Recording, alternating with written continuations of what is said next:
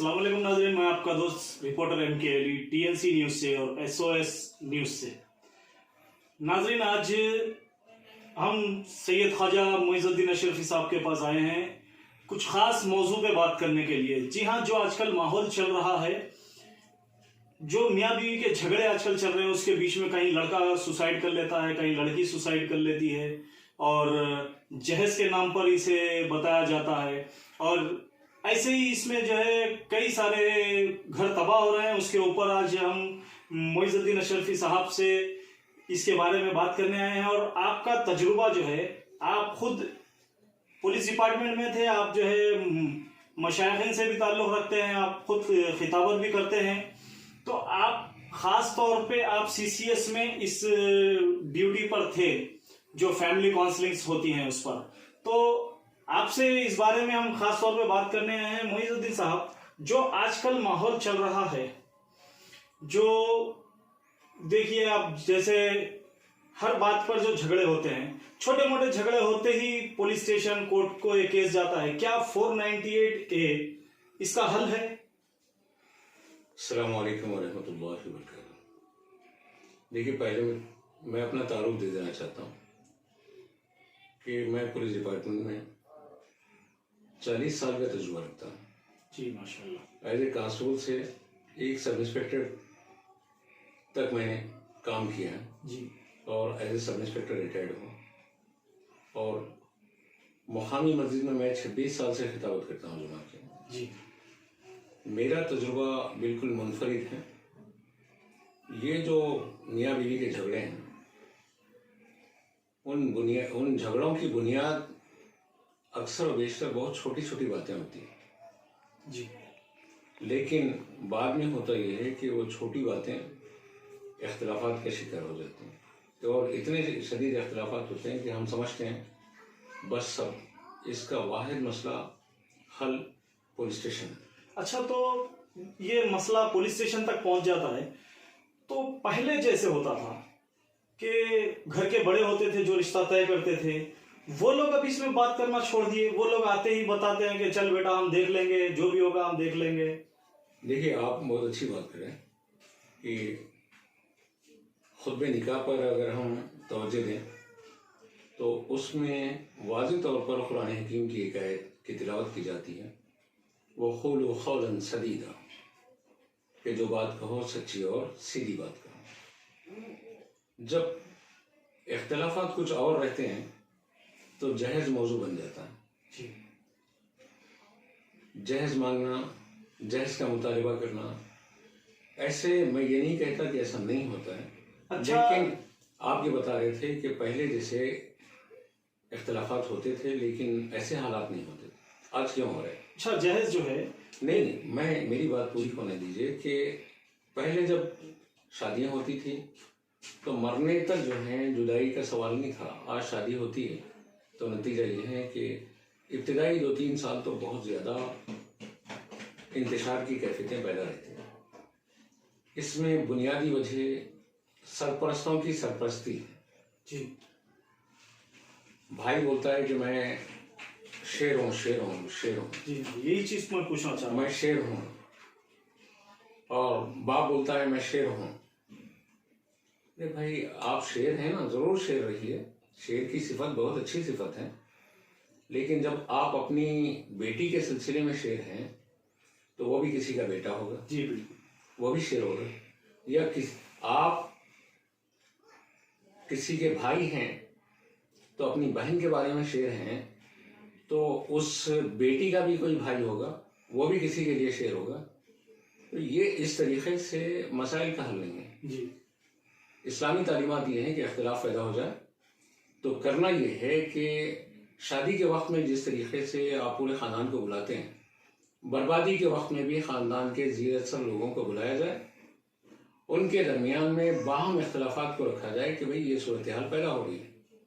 अच्छा, तो मैं यहाँ पर एक चीज़ पूछना चाहूँगा आपको। देखिए, अब इसमें भी जो आप बताए, पूरे लोग आना, पूरे लोगों को बुलाया जाए, नहीं वही जिम्मेदार लोगों को, जो शऊर लोगों को, जिम्मेदार लोगों को, करीबी रिश्तेदारों को बुला के उनके सामने रखें दोनों तरफ से।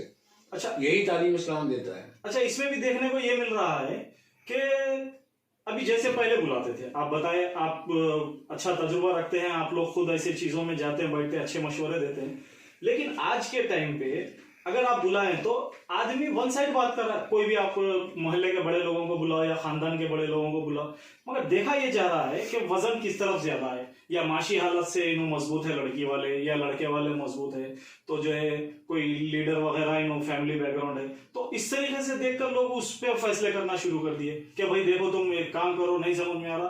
पहले ये बात होती थी कि किसी भी तरीके से उनको भी समझाया जाता था, इनको भी समझाया जाता था, वक्त दिया जाता था। अब यहाँ पर वक्त नहीं दिया जा रहा है, उनको वक्त इस चीज का दिया जा रहा है कि तुम 10 लाख रुपए दे दो इनको, उनको 12 लाख रुपए दे दो, नहीं तो देखो वो हो जाता, ये हो जाता, ये दबाव पड़ रहा है। ये क्या मान रहा है?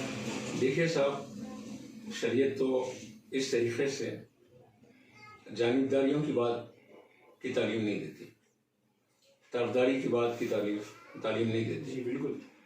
आपको जो सुनना है दो तरफा सुनना है जी। और अगर फैसला करना है तो वही फैसला करना है कि एक शख्स, एक बाप अपनी बेटी के सिलसिले में जो फैसला करता है जी, या एक भाई अपनी बहन के सिलसिले में जो फैसला करता है, फैसले में आप जो हैं जानिबदारियों को नहीं, शरीयत की तरफदारी को पेश नज़र रखना है। अगर जानिबदारी को पेश नज़र रखेंगे, किसी के मजहब पावर को आप पेश नज़र रखेंगे, किसी की दौलत को, सियासत को जी, या दुनियावी क़ुव्वत को, ताकत को, तो एक बात ज़हन में रखें कि मुकाफ़ात अमाल यानी जो है जो करोगे वो भरना पड़ेगा, और जो ऐसा करेंगे फिर उनकी औलाद के सामने आएगा। माशरा जंगल का राज बन जाएगा। हमको चाहिए कि ख़ास करके बात कर रहे थे आप सेक्शन 498 जी, सेक्शन 498 इब्तिदा में मुसलमानों के लिए नहीं बनाया गया। जी, इसकी तारीख आप उठा के देखें कि ये 498A इंडियन पेनल कोड में इसका अमेंडमेंट हुआ, और ये कब हुआ कि दिल्ली में जब मेरी गैर मुस्लिम बहनें सताई जा रही थी और तंदूर का जो वाक़या हुआ था कि किसी लड़की को आग में डाल दिया गया था, तो उसके बाद पूरा मुल्क दहल गया था, हिंदू मुसलमान सब परेशान हुए। इसके बाद में इंडियन पेनल कोड में अमेंडमेंट लाया गया और ये सेक्शन बनाया गया। अब इस सेक्शन का एक वक्त में तो बहुत मिसयूज हुआ, अभी भी हो रहा है। झूठे इल्ज़ामात, झूठे मुकदमात। एक मर्तबा अगर किसी की माँ को, बहन को, बाप को ले जाकर अगर शिकायत करके पुलिस स्टेशन में बिठा दिया जाता है, तो उसके बाद नतीजा क्या होता है कि जब माहौल को नॉर्मल करके भी, सुलह सफाई के बाद भी अगर अच्छी ज़िंदगी गुजारना चाहते हैं, तो वो कड़वाहट जो बाप को ले गए थे, माँ को ले गए थे, बहनों को ले गए थे, ज़िंदगी में वापस ले गए। बाद में जुड़ने का कोई वो नहीं है, जुड़ने के लिए बहुत दुश्वारियाँ पैदा होती। तो बेहतर यही है कि इस मुल्क में हम जी असर अपनी अपनी बस्तियों में अहले इल्म के हल्के बनाएं और उसमें इस तरीके से इन मामलात की काउंसलिंग करें, हफ्तवारी या महीने में एक मरतबा से, कि ऐसे इजलास रखें कि जो बेटियां सताई जा रही हैं, या बेटियां ही नहीं बेटे भी सताए जा रहे हैं। अच्छा, इसमें एक चीज देखिए, आप मैलारदेवपल्ली पुलिस स्टेशन के हुदूद में सैयद शफी नामी कोई बच्चे ने खुदकुशी कर ली। अब जो अखबारात के इत्तलात या जो कुछ मैं इलेक्ट्रॉनिक मीडिया के जरिए देखा, वो भी इससे सताया जा रहा है। जी, तो ये खत्ते नहीं कहा जा सकता कि सिर्फ जो है लड़कियां सताई जा रही हैं, कई लड़के भी सताए जा रहे हैं। जी हाँ, बिल्कुल। ऐसे कई वाकयात रोजाना हमारे को देखने में मिलते। एक जो है वाकया हम दूसरा भी देखे थे, वहां पर भी ऐसे ही था, लड़का जो है सुसाइड कर लिया। ऐसे आए दिन आते रहते, नाम लेना जरूरी नहीं है, लेकिन क्या है, इस मौजू पे मैं ये आपको पूछना चाहूंगा कि लोग जो है उलमा मशाइखिन से दूरी बनाने की वजह से भी ये हो रहा है क्या? क्योंकि तो जहाँ कहीं पर जरूरत पड़ी तो आप बहुत अच्छी बात की है कि उलमा मशाइखिन की अक्सरियत, मैं तनकीद नहीं कर रहा हूँ, अक्सरियत जिम्मेदारियों से परे होती जा रही है और अवाम जो हैं उनको खातर में नहीं ला रही है, वो खुद उनकी अक्सरियत अपने वक़ार को मुतासिर कर ले रही है। भी देखिए, पहले क्या होता था, अभी यहाँ पर देखिए, पहले तो देखा जाता था कि ये फैमिली और ये फैमिली जैसे रिश्ते तय होते थे। फैमिली बैकग्राउंड को देखा जाता था कि वो किस खानदान से ताल्लुक़ रखते हैं, किस खानदान से, और शरई के हिसाब से भी जो है ये सब चीज़ें देखना ज़रूरी है। लेकिन अभी कुछ देखने को ऐसा मिल रहा है कि मिडिल क्लास फैमिलीज के कुछ लोग हैं, कुछ गरीब तबके से, उसमें से कोई एक लड़का पढ़ के निकल जाता है आगे और थोड़ा सा अच्छा पढ़ लेता कर लेता है, खूबसूरत भी रहता है, तो उसके लिए अब जो रिश्ते देखने निकलते हैं बड़े फैमिलीज के या बड़े घर के, तो वो लोग भी एक्सेप्ट करते हैं। तो उसमें आके माशरे में क्या तब्दीली आ रही है, मैं आपसे खास तौर पे ये पूछना चाह रहा हूँ। अक्सर ऐसा चल रहा है अभी। देखिए, बहुत अच्छा सवाल है आपका। एक मिडिल क्लास का कोई बच्चा हमारी कौम का अगर पढ़ लेता है तो बहुत अच्छी बात है, और बावखार ज़िंदगी गुजारने के लिए अगर वो स्ट्रगल करके स्टेज पे आता है तो बहुत अच्छा है, उसका हक है। लेकिन होता ये है, ऐसे लड़कों के लिए रिश्ते वो लोग तलाश करते हैं कि लखपति करोड़पति दौलतमंद लोगों की तरफ।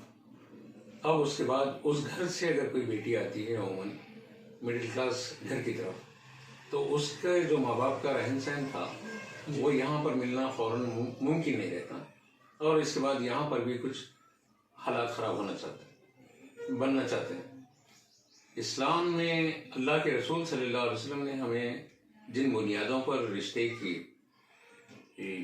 तकमील करने का हुक्म दिया है, उसमें यह है, रिश्ता तय होता है हसब नसब की बुनियाद पे, हुस्न की बुनियाद पे, दौलत की बुनियाद पे और दीनदारी की बुनियाद पे। ये चार बुनियादें अल्लाह के रसूल सल्लल्लाहु अलैहि वसल्लम ने फरमाया, हसब नसब, हुस्न, दौलत, दीनदारी।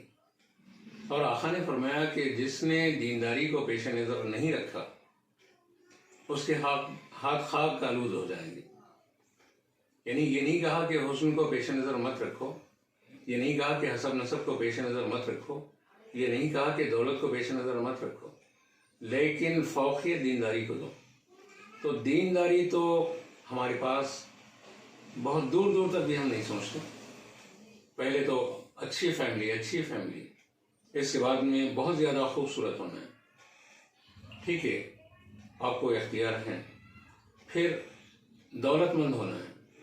तो नतीजा क्या है कि जब दीनदारी को पेश नज़र नहीं रखेंगे तो ये जो माहौल हो रहा है ना, इस माहौल की बुनियादी इख्तिलाफात की या शादियों की जो बर्बादियाँ बन रही है, जो हालात बन रहे हैं, उसकी बुनियाद दीनदारी को पसे पुष्ट नहीं डाल देना है, और उसके नतीजे में ये खराबियाँ पैदा होंगी। अच्छा, दूसरी चीज़, यहाँ पर अब कुछ भी माहौल हो, चाहे किसी भी तरीके का झगड़ा हो, चाहे किसी भी तरीके की परेशानी हो, बात एक ही निकल के आ रही है, जहेज। अब ये जहेज का जो माजरा है, ये जहेज हर कोई, अभी मैं एक वीडियो देखा था, कुछ लोग लीडे निकल लेते, निकल जाते, नए आ रहे हैं हवा में, रोड पे कुछ भी बोल रहे हैं, बच्चे ही है, लेकिन बोलते हैं हमारे नबी जो है जहेज को बोले थे, क्या जहेज हराम है, वो है, ये है, उनको मालूम नहीं है। लेकिन बहुत अच्छा सवाल है आपका। देखिए, जहेज जहाजा से है जी, इसका मतलब ये है सामान, और हस्बे इस्तिताअत व सलाहियत अगर कोई किसी को कोई तोहफा देता है, कोई सामान देता है, तो नाजायज़ और हराम या लानत नहीं है। ये जो कहा जा रहा है कि जहेज लानत है, लानत है, लानत है, ये ज़ुबानी चटखारों के लिए तो कहा जा सकता है जी, लेकिन हर बाप अपनी औलाद को कुछ ना कुछ अपनी हैसियत के मुताबिक देना ही चाहता है, देता है। इसमें लानत जब बन जाती है और नाजायज़ और हराम जब होता है कि जबरी तौर पर मुतालिबात होना, जी, कुछ दिया गया तो बहुत कुछ मांगना, जी, शादी के वक्त में कुछ नहीं मांगते बोलना, इसके बाद में ताने देना, जी, और फिर ये कहना कि दिए ही क्या, जी, ये दे दो, वो दे दो, जी, शादी के वक्त में नहीं मांगना, उसके बाद मांगना या शादी से पहले मांगना, ये सब नाजायज़ है, मांगना नाजायज़ है।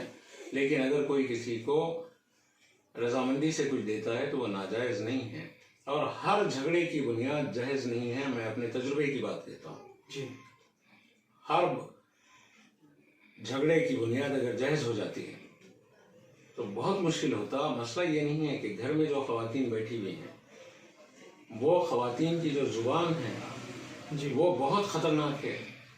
बम से ज़्यादा ख़तरनाक वो ज़ुबान से निकलने वाले अल्फाज हैं। वो लोग जब कुछ कह देते हैं जी तो नतीजा ये है कि दोनों ख़ानदानों में आग लग जाती है और फिर बच्चियों के पास सब्र नहीं रहता, वो जाके अपने माँ बाप के सामने बोले। अब माँ बाप और उसके भाई हैं, ये आप लड़के वालों के घर की बात कर रहे हैं। अब माँ बाप और उसके भाई हैं, अब यहाँ आके लड़के वालों पर झूठे केसेस और आस्तीन चढ़ा के आना, पुलिस स्टेशन को लेकर जाना, ये सूरत हाल होती है। अच्छा, तो फिर जब ये जाती है तो उसको समझाया भी नहीं जाता कि बड़े हैं या सास ननद है, तो खैर नहीं, देखिए सास और ननद का काम तो बहुत ज्यादा जो है बाज माशरे में खतरनाक होता है। अच्छा, ज्यादा उसकी वजह से वो लोग कंट्रोल भी नहीं कर और पाते। उसमें बहू भी कम नहीं। जी मैं ऐसा नहीं कहूंगा कि भाई सिर्फ सास और ननद ही जिम्मेदार हैं, बाज बहुएं भी जिम्मेदार हैं।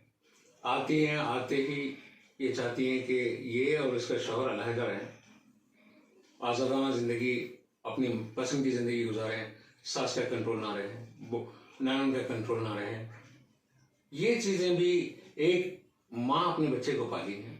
जी भाई आपकी माँ यानी किसी लड़की की माँ अगर पाल के तुमको दी है तो उसकी भी उम्मीदें या ख्वाहिशात हैं कि तुम अच्छी जिंदगी गुजारें। जी, लड़की के माँ बाप जो है अपनी लड़की को पाले पोसे हैं, उसे घर में दिए हैं, खुश तो रहना वो भी यही चाहते हैं। ये भी यही चाहती है लड़की की माँ कि मेरा बच्चा भी अपनी बीवी के साथ खुश रहे। जी बिल्कुल। लेकिन चाहते ये हैं कि फौरन निकल जाए।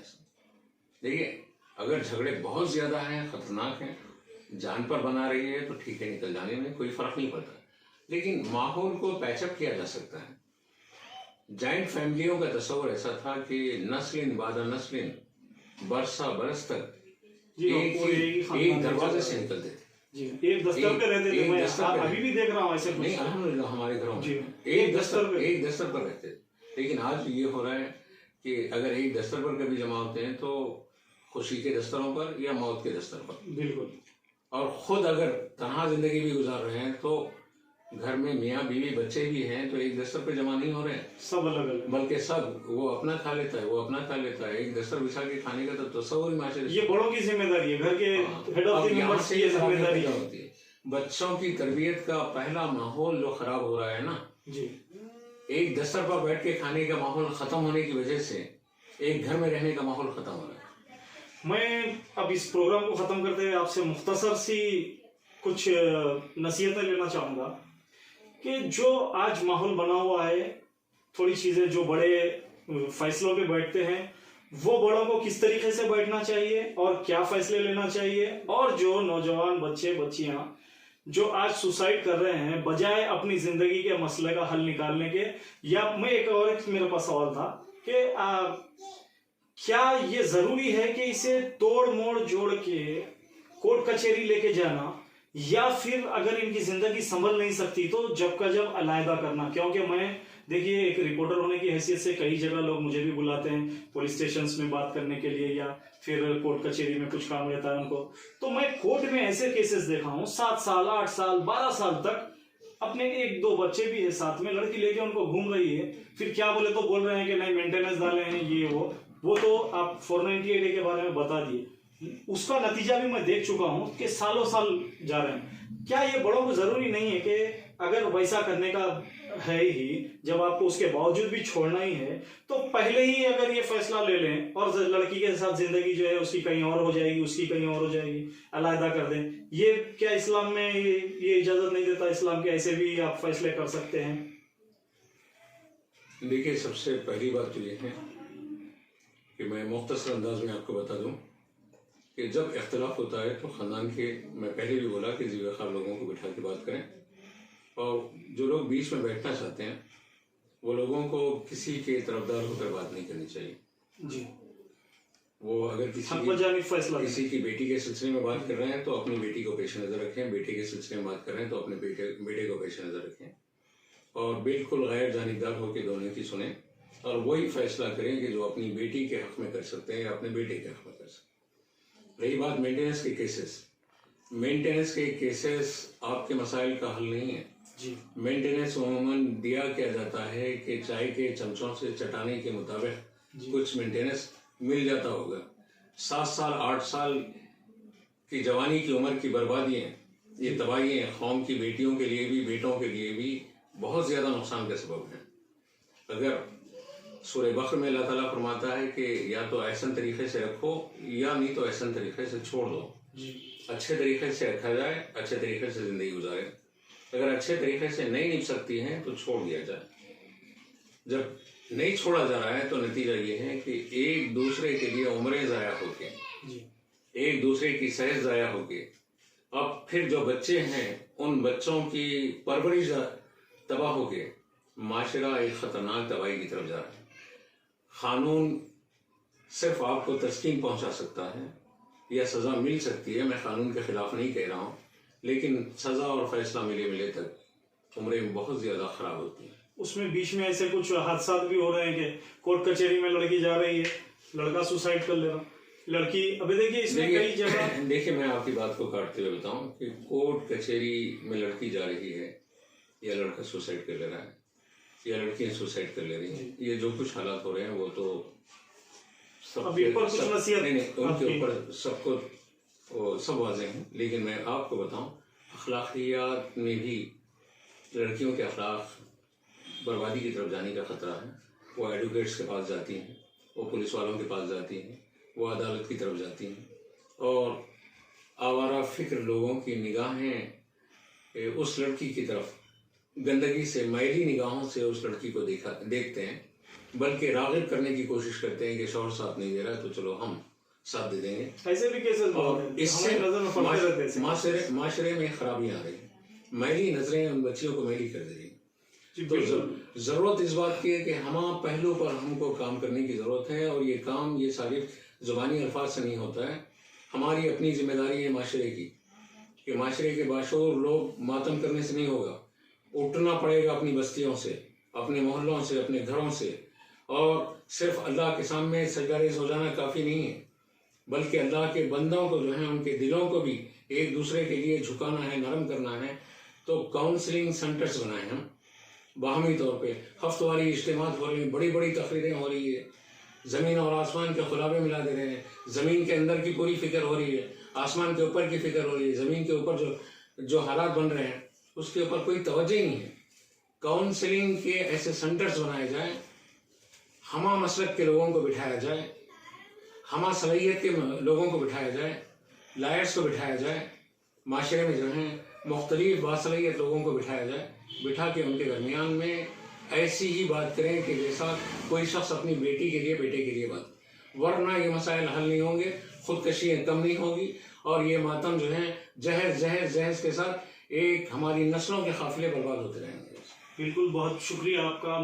हम थे आज मोइज़ुद्दीन अशरफी साहब के साथ। बहुत सारी चीज़ें दीन और दुनियावी फैमिली केसेस के ताल्लुक से हमें सुनने को मिली और समझने की बहुत ज़रूरत है। जैसे कि आपने बताया, जिम्मेदार लोगों को आगे आना चाहिए, चाहे माहौल जैसा भी चल रहा हो, जिम्मेदार लोगों को आगे आना चाहिए। हर वो आदमी जो कहता है कि मैं फलाना हूँ, तो विखार रखने वाला, जो इख्तिदार रखने वाले हर शख्स को ज़रूरत है कि इनकी तरफ तवज्जो दे। तो इससे क्या होगा कि ये जो भी केसेस होंगे अपने मोहल्ले से चौराहे तक नहीं जा पाएंगे। बहुत अच्छी बात आपने कही है, बहुत बहुत शुक्रिया आपका। हम ऐसे ही आपसे दोबारा जुड़ेंगे कोई और मसलों पर भी, और इसका भी जो है हम आवाम को बताएंगे कि जो है क्या क्या चीज़ों की ज़रूरत है माशरे में तब्दीलियत के लिए। बहुत बहुत शुक्रिया। अस्सलाम वालेकुम।